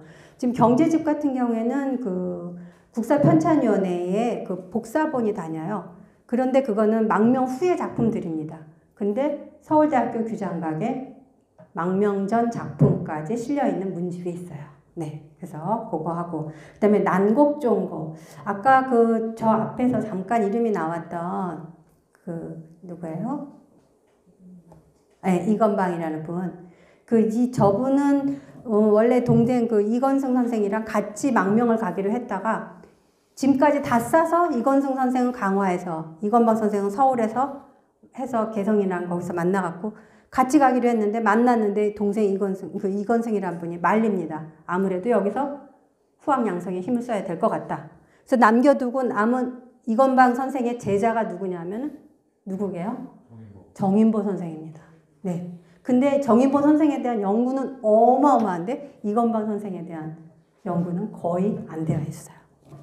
근데 저분 같은 경우에는 그 집에서 그 돈을 모아서 이건승 선생 쪽으로 보냈다고 그래요. 왜냐하면 거기서 독립자금으로 좀 쓸 일도 있고 해서 그렇게 해서 보내서 그렇게 하는데 어느 날 이건방 선생의 아드님, 이건 이제 뒤에 나오는 민영학 선생님이랑 다 뒤에 나오는 이야기인데 아들이 독립운동을 해서 뭐래 어차피 나라도 망했는데 그래서 그 돈 갖고 나가서 노름을 해갖고 이건방 선생이 다 큰 아들을 엄청 두드려 팼다는 이야기가 좀 전하고 있습니다. 근데 독립운동을 직접 뛰어다닌 분들이 계세요. 총칼 들고. 그 뒤에 저런 분들이 뒤에서 도와주지 않으면 할 수가 없었어요. 이쪽에서 이쪽으로다가 갈 때 숨겨도 주고 독립자금도 뒤에서 만들어서 주고 무기도 대신 몰래 사서 전해주고 또 이쪽에서 보내는 편지글 갖고 있다가 저쪽에다 전해주고 그거를 독립운동 뛰어다니면서 하신 분들도 중요하지만 뒤에서 도와줬던 알게 모르게 도와줬던 그런 분들의 공적도 이제는 인정해 줄 때가 되지 않았나. 다 밝혀진 건 아니지만 그 독립운동에 직접 몸서 총칼 들고 다니신 분들에 대한 업적은 많이 그래도 어느 정도는 밝혀졌는데 지금 이런 분들의 역할이 너무 약하게 치부되고 있다. 근데 그때 당시에 그 유인석이라는 분이 이런 얘기를 했어요. 그 나라가 망했을 때 처하는 행동 중에 하나는 직접 독립운동에 뛰어드는 거, 또 하나는 아예 은둔해서 사는 거, 그 다음에 하나는 자결해 죽고 이런 걸 했는데 본인이 처한 위치에서 하면 되는 거지 그걸 가지고 직접 총칼 들고 나갔다 그래서 우위에 두고 또 아니면 뭐 은둔해서 조용히 산다 그래서 그걸 값을 낮춰서는 안 됐다라고 이야기를 했어요. 그걸로 본다면 지금 망명지에 가서 저분들이 뒤에서 하는 행동을 그 유심히 보면 가치를 충분히 인정해 줄만 합니다. 다만 저분들이 그 간도 쪽에까지 와서 그 일본 병사들이랑 와서 딘장제를 하도 했기 때문에 근거가 남은 글을 남겨둘 수가 없었어요. 왜냐하면 그걸 남겨뒀다가 발각이 되면 나만 잘못되는 게 아니잖아요. 그 일을 하고 다니던 사람들이 다 큰일 난단 말이에요. 그래서 뭘 받으면 바로 없애고 돈을 주면 바로 준 증거 자체를 없애고 또 한편 생각하면은 지금 뭐 친일 인명사전에 올라가 있는 사람들도 있어요. 그런데 그분들 중에 그 후손들 이야기예요. 걔 중에 얘기를 들으면 사실은 친일 인명사전에 들어가 있지만 조상들한테 얘기 듣기로다가는 압록강 건너고 할 때 분명히 그 사람은 일본 경찰 쪽에 섰던 사람인데 조선 사람들을 뒤로 빼준 사람들도 있다는 거예요.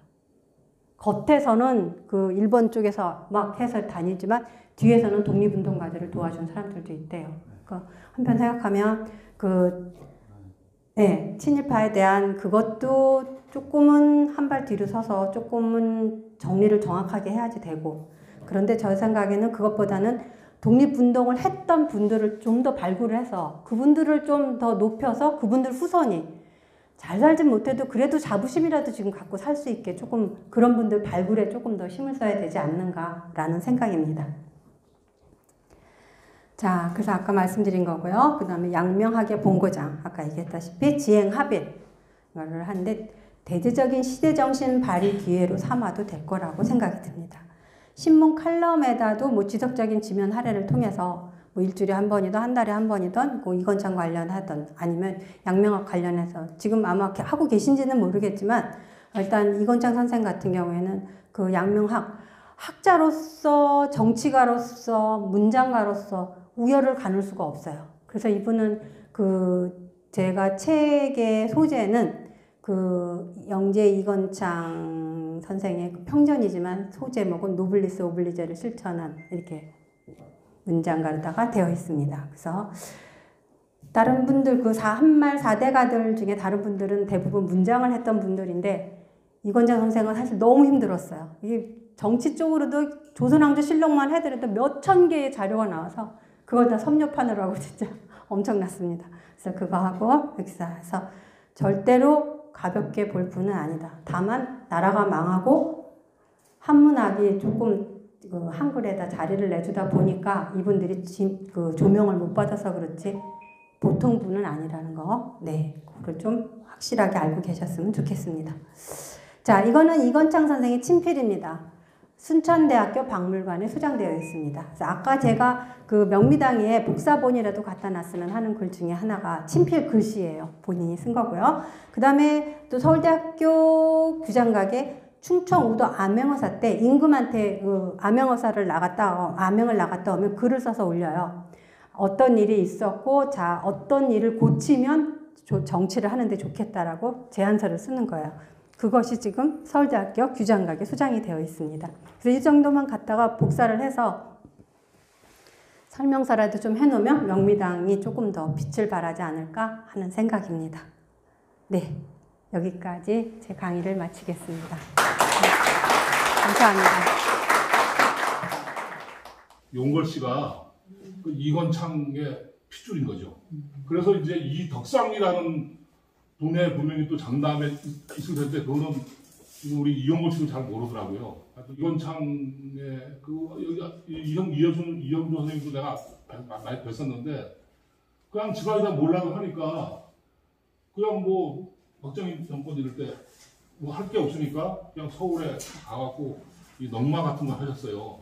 고물상 같은 거 하시고 고물상을 찾아보니까 어떤 집에 고물을 보니까 뭐 이건창 이름이 나와갖고 자기 할아버지 이름을 아니까 그래 그걸 보니까 완전히 이 사람 이영주 선생이 도는 거잖아 갖고 내가 이름을 해놔갖고 그냥 평생 동안 이건창 일을 선양하는 일만 하시다가 그분이 지금 이건창 생각을 만들어 놓으신 거고 그리고 이제 우리 이용걸 선생은 이용걸 씨는 아버지가 맨날 하면서 그런 거 하니까 얼마나 괴로웠겠습니까? 그래가지고 일찍 가출해갖고 그렇게 살다가 그러니까 딱 하나 제가 알고 있는 딱 하나 남은 이건창 선생의 이렇게 자손이 되시고 제가 이제 봉인이 있는데 말하기가 좀 힘들지만 제가 그때 뭐 이렇게 하면서 제가 들은 감동적인 얘기가 뭐냐면 그러니까 4년 전에 아버님이 돌아가셨어요. 이영조 선생님이 돌아가셨어요. 그런데 추석이 왔는데 아버지 돌아가시면 다 안고 뭐 이제 아무것도 잘 모르고 이렇게 되니까 그리고 어렸을 때 이제 아버지가 이건창 선생을 데리고 응상에 나갔고 차를 몰고 내비에 이건창 묘 찍으니까 나오더래요. 그래서 거기를 뛰고 와갖고 그 차를 다 가니까 옛날 차가 나오다가 거기를 올라가는데 뭐 그 얘기 좀 해주세요. 그래갖고 여기 갔는데 그냥 평생 그런 적 없는데 거기가 딱 무덤 앞에 있으니까 온몸이 그냥 풀리고 하여튼 그 얘기를 내가 들으면서 정말 가슴이 아팠고요. 아 정말 이게 뭐 정말 우리 강화파 뭐 이렇게 지금 이렇게 보면 또 그래갖고 지금 이제 우리 역사의 강화파라는 게 있어서 우리 강화의 자랑인데 지금 우리가 살고 있는 시대의 강화에 여러 사람들이 많이 들어와 살잖아요. 강화에서 뭐 산일을 하는 분도 있고 뭐 농사 짓는 분들도 있고 뭐 이런 분들을 다 이제 강화파라는 그런 상상력으로 해서 계속 시 작업을 하고 계시고 그런 걸 들었고요. 제가 너무 많이 들었고요. 우리 오늘 일부러 오늘 와갖고 여기 이건창 묘에 갔다가 제가 만나서 왔습니다. 좀 인사 좀 드리세요.